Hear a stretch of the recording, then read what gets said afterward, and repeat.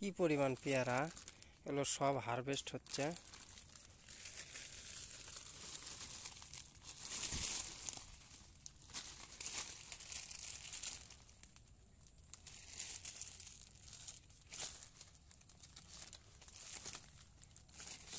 এগুলো সব হারভেস্ট হচ্ছে।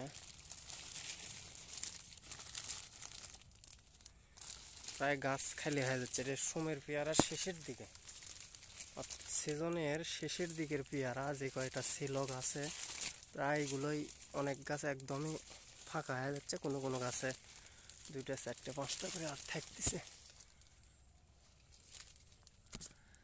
এই যে গাছ আর কয়েকটা থাকলো, উপরে নাই। সময়ের পেয়ারা।